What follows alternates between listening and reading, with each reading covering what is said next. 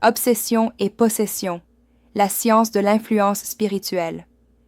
Kardec enseigne que les obsessions sont l'action persistante d'esprits inférieurs sur les incarnés, dans le but de perturber, dominer ou se venger. Ces esprits agissent par le biais des fluides mentaux et périspirituels, qui se combinent avec ceux de l'obsédé, formant une liaison vibratoire intense. Il n'y a ni diable ni punition éternelle. Il y a seulement des êtres humains désincarnés, encore prisonniers des passions et des illusions de la matière, qui influencent ceux avec qui ils entretiennent une affinité. L'obsession peut varier en intensité. Simple, lorsqu'il y a une influence mentale légère, traduite par des pensées étranges ou un découragement soudain. Fascination, lorsque l'esprit domine le raisonnement et fait croire à l'obsédé en des idées illusoires. Subjugation, lorsque l'esprit prend partiellement le contrôle du corps ou de la volonté. Chaque degré est le résultat de la synchronisation fluide entre les deux, car sans affinité morale, il n'y a pas de liaison durable. La physique quantique offre une analogie précieuse. Chaque vibration cherche la résonance. De même, les pensées et les émotions créent des fréquences qui attirent les esprits en harmonie. L'esprit inférieur ne entre pas dans le corps, mais se connecte par le périsprit, projetant ses fluides sur le système nerveux et le champ mental de l'incarné. Le périsprit fonctionne comme une antenne quantique, absorbant, amplifiant et retransmettant des ondes d'énergie et de pensée. La neuroscience moderne confirme que le cerveau est très sensible aux stimuli émotionnels et mentaux subtils. Les pensées répétitives, les sentiments de culpabilité, de colère ou de peur génèrent des schémas neuronaux qui, sur le plan spirituel, correspondent à des vibrations denses, favorables à l'obsession. L'esprit obsesseur agit en renforçant ces schémas, et l'incarné, par la synchronisation, les alimente, formant un circuit de rétroaction énergétique. Briser ce cycle exige un changement intérieur, la prière, la vigilance mentale et l'élévation morale. Kardec enseigne que la guérison de l'obsession est, avant tout, un travail de moralisation. Les esprits inférieurs ne supportent pas l'environnement vibratoire de la prière sincère, de la charité et de la pureté d'intention.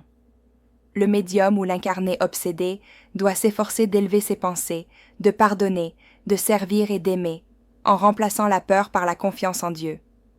L'obsession cesse naturellement lorsque l'affinité qui la maintient disparaît. Dans les possessions, l'esprit obsessionnel n'influence pas seulement, mais remplace momentanément la volonté de l'incarné, agissant sur son corps avec intensité. Il n'y a cependant ni fusion, ni domination absolue. L'esprit obsessionnel ne fait qu'imprégner le périsprit de l'incarné, utilisant ses centres vitaux comme instruments. Ce phénomène est temporaire et réversible, et sa libération dépend du travail conjoint des médiums, des prières et de la magnétisation morale. La psychologie contemporaine reconnaît des états de dissociation de la conscience qui ressemblent, en partie, à la possession.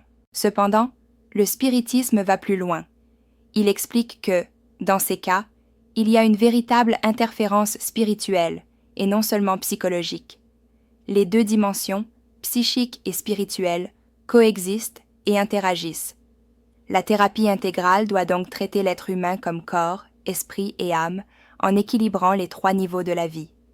La physique de la conscience propose que toute pensée est un champ d'information qui interagit avec d'autres champs. L'obsession est, dans ce sens, un phénomène d'interférence de champs mentaux.